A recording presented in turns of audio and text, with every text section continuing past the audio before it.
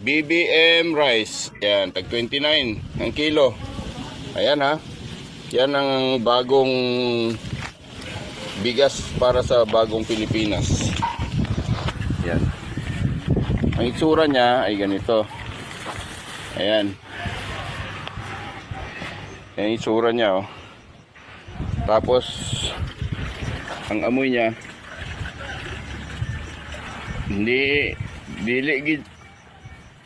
dili siya mga kaon, amoy amag, oh. Amoy ipis. Kaya ito yung sinasabi ng mga tao na para sa mga kuwan ng ito, hayop. Sana yung mga manok dito. Kruk kruk kruk kruk kruk kruk. Ayan. Para sa hayop lang talaga ito. Ayan.